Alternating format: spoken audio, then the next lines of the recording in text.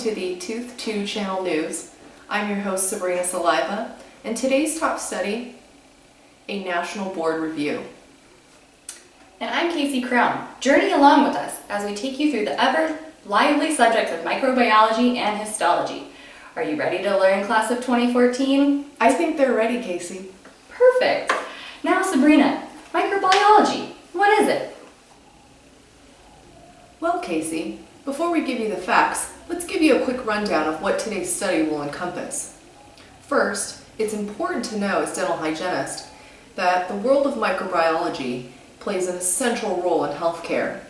There are numerous transmissible diseases, so the world of bacteria, viral, and fungal diseases will be discussed. First, let's dive into the world of bacteria. It can be grouped according to its shape and metabolical, biochemical differences. Bacteria are colorless and invisible to light, so the use of gram staining is very important to decipher between two types of bacteria. We have gram-positive, which show up either purple or blue, or gram-negative bacteria, which show up pink or red.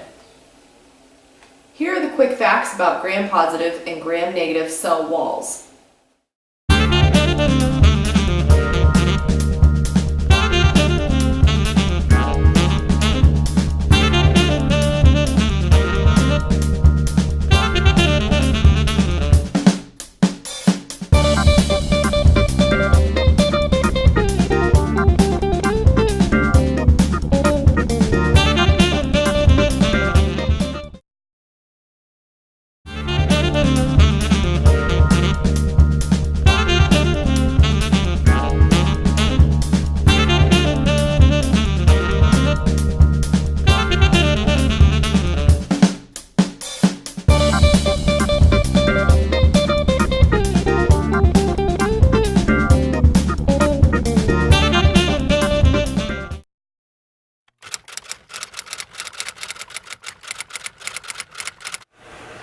Hello, I'm Sabrina Saliva, and we're out here. We just got a board review alert.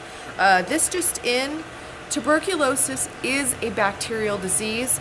It's not viral, it's not fungal, it is bacterial, and it's spread via airborne transmission. Also, this tuberculosis is a disease caused by bacteria called Mycobacterium tuberculosis. So be careful. Thank you, Sabrina Saliva. Now we'll return to our regular newscast. Disease-causing organisms are nasty, and most of them are gram-negative rods, but there are exceptions to the rule. Streptococcus and Staphylococcus, which are gram-positive cocci, Bacillus, Clostridium, Corynebacterium, and Listeria are gram-positive rods, and Neisseria, which is a gram-negative cocci, and Spirochaete, a gram-negative spiral-shaped organism. Thank you, Casey Crown. That's very interesting. Now, let's dive a little bit deeper into the world of gram-positive cocci. The big one is Streptococcus. Streptococcus is a non-mobile, non-spore-forming bacteria. This bacteria is further broken down into 3 special groups. To remember them, I like to say, let's bag an RBC. That's funny, Sabrina Saliva. Thanks, Casey Crown. Anyways, so to bag an RBC, let's remember this as the first one, beta hemolytic streptococcus. This completely destroys the red blood cell. Then we have A, alpha hemolytic streptococcus. This partially can destroy the red blood cell. And then G, gamma hemolytic streptococcus. And this can't destroy a red blood cell. Where can you find Streptococcus bacteria, Sabrina Saliva? That's an excellent question, Casey Crown. The most common places to find them is in the nasopharynx and the gingival crevices. In the dental world, it is the Streptococci mutans, in particular, that are associated with dental caries, not associated with perio. And I repeat, not associated with perio. One of the most nasty forms of Streptococcus is viridans, which, did you know, in Latin means green? I did not know that. Interesting. Interesting. Now you know. Anyways, it's been associated with endocarditis and abscesses such as dental, abdominal, and can go to the brain.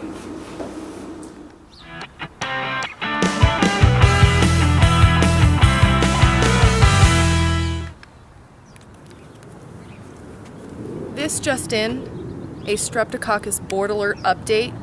Streptococcus pyrogens produce streptokinase and hyaluronidase, which are spreading factors. Hyaluronidase is the culprit for invading tissues during the spread of these horrible infections. Rheumatic fever may develop after an infection with those ugly streptococcus, such as strep throat and scarlet fever. But most importantly, know that Streptococcus is the main bad guy in causing rheumatic fever and scarlet fever in humans. Also know that Streptococcus salivarius is associated with the tongue. Know that Streptococcus pneumonia are encapsulated, very resistant, and a very destructive type of bacteria. Let's take you back to the newsroom. Another big player in the world of bacteria is Staphylococcus. And just like its buddy Streptococcus, this is a non-mobile, non-spore-forming, gram-positive cocci, and usually are most found in our normal flora. But Staphylococcus love to form abscesses, so you gotta be careful of this big guy.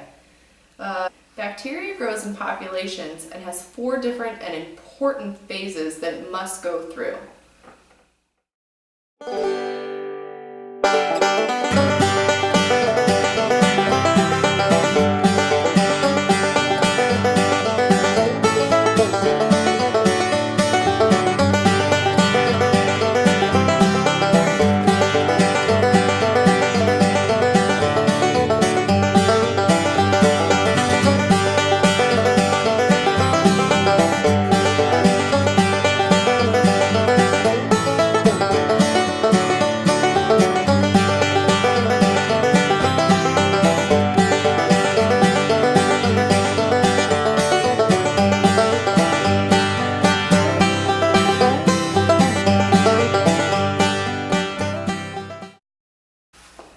Now to our next big topic of the night, fungus. Hey Sabrina, have you heard the joke about the mushroom? I haven't. A mushroom walks into a bar. The bartender says, "We don't serve your kind." The mushroom's like, "Why not? I'm a fun guy." That's hilarious. Silly mushroom. Most fungi are obligate aerobes. The most common fungi we'll encounter in the dental setting will be Candida albicans. Candida albicans can present themselves in the oral cavity, digestive, respiratory, and genital areas of humans. Orally, they present as creamy, thick, white patches with sometimes red bases of ulcerations on the mucus. Last but not least, we'd like to tell you about viruses. 2 of the most common are measles and hepatitis. Measles appear as Koplik spots. These are small red spots with blue centers and can be found in the oral cavity. This is how somebody knows that they're infected. This lovely virus spreads through the nasopharyngeal secretions, and please be aware that this can infect your child. It can cross the placenta barrier. Next, there are 4 RNA hepatitis viruses. Know that there's hepatitis A, Hep C, Hep D, and Hep E. The thing that's distinct is the one and only DNA virus, that's Hep B, so you have to know this. On to our next big study, we're going to discuss histology. Did you know that histology is the study of microscopic structures and function of cells and associated tissue? I'd like to take you to our next news host, the wonderful Casey Crown, so that she can describe histology. Thank you, Sabrina Saliva. I am here to discuss a very small part of histology, the anatomy of the cell. The cell is the smallest living unit in the body. Cells can vary in shape and size depending on their function. Cells have many jobs in the human body, including excitability, synthesis, membrane transport, and reproduction. Because cells are so small and fragile, they need to be protected by what we call the cell membrane. This helps separate them from the extracellular environment. The cell membrane is semi-permeable, allowing passage of some materials in and out of the cell.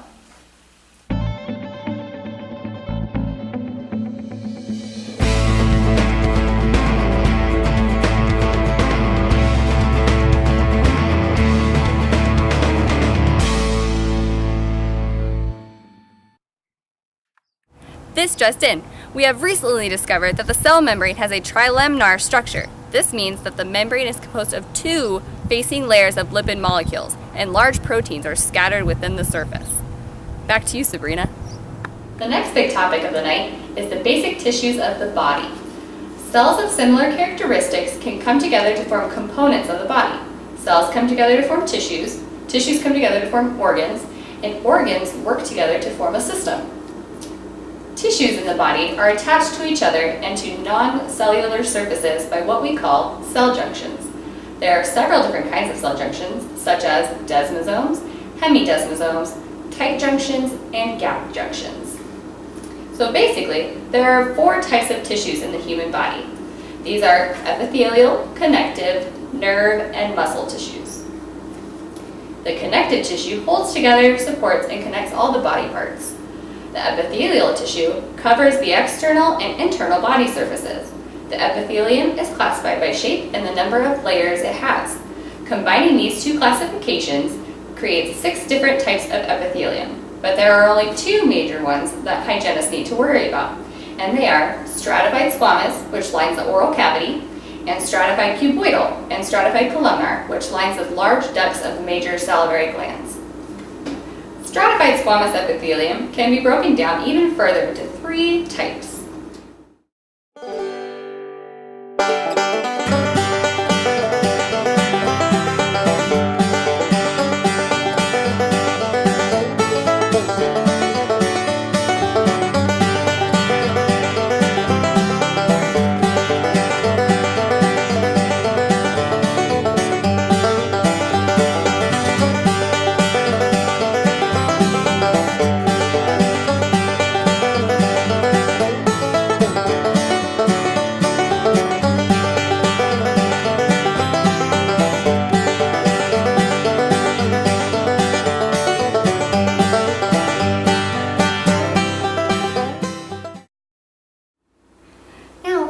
Topic of oral histology, or more specifically, the tooth development.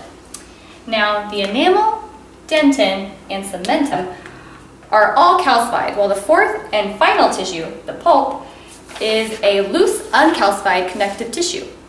All tissues of the tooth are specialized forms of connective tissue except for the enamel. While the tooth is developing, it goes through 2 major events that overlap each other. These events are morphodifferentiation and cytodifferentiation. Morphodifferentiation is the shaping of the tooth. This has 5 different stages. The first stage is the bud stage. That's great, buddy. Thanks. The cap stage.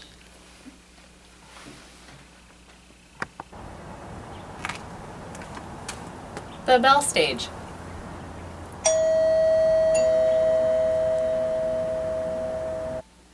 There's also the apposition stage and the maturation stage. We couldn't think of anything fun for those.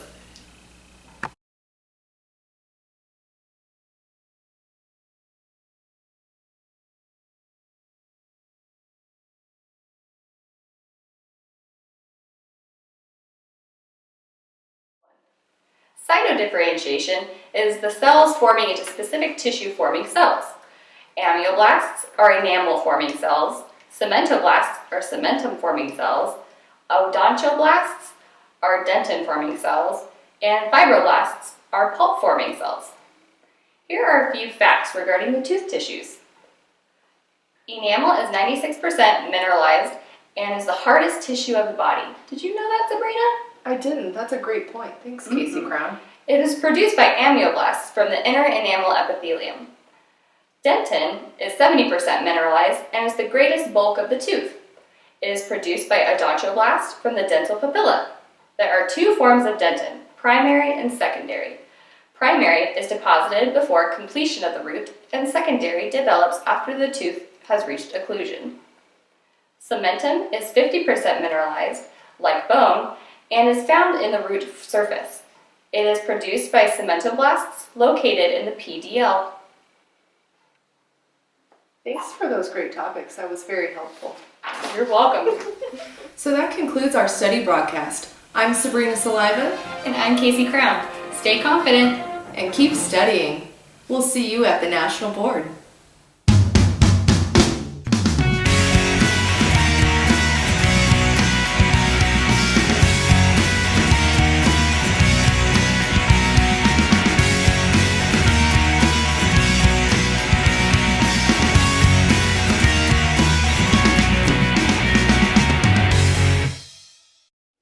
Hello, and welcome to the Tooth 2 Channel News.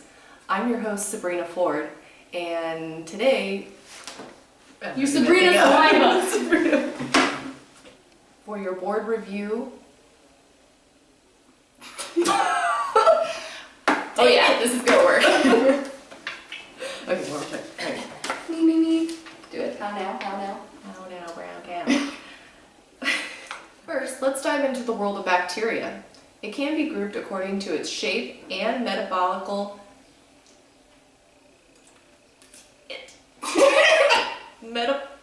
I can't say it.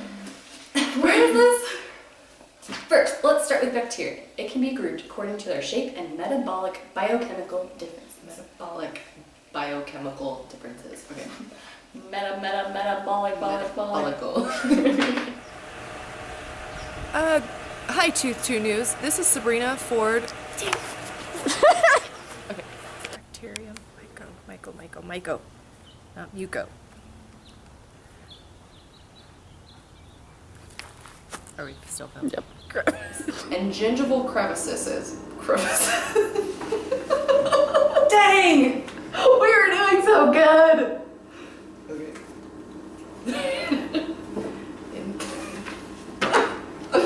Alright. Crevices. Alright. Do you think you could just say... Let's go back to where can you find Okay, it? good. In 3, 2, 1. Where can you find Streptococcus bacteria, Sabrina Saliva? That's an excellent question, Casey Crown. The most common places to find these bacteria are within our nose, in the nasopharynx, and gingival crevices. I did it again! Well, that's okay. So, let's now talk about fungus. Hey Casey, have you heard about... How come I can't even get like simple words out? Right. 2, 3.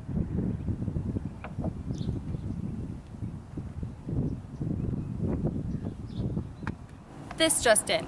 We recently discovered that the cell membrane has not one, not two, that's stupid. Never mind. Dentin and cementum are all calcined. The bud stage. That's great, buddy. Thanks. Alright, Good. we're gonna pan around. Oh, good idea. Okay, so it's pan around the cap Okay. stage. Alright. Alright. 1, 2, 3. The cap stage. Oh, poop. Alright. Are we still The cap saying- stage, yeah, Are I we like that. saying it? No, you say it. Okay. I'll follow your lead. Alright. 1, 2, 3. The cap stage. 3. The bell stage. Stupid. Pyrogens produce streptokinase and Brushing Kyle. Sabrina's teeth, brushing her hair. spreading. This just in. A Streptococcus board alert. Thanks, Casey Crown. You're welcome. Streptococcus pyrogens produce streptokinase and hyaluronidase, which are the spreading factors. Hyaluronidase. You butt face.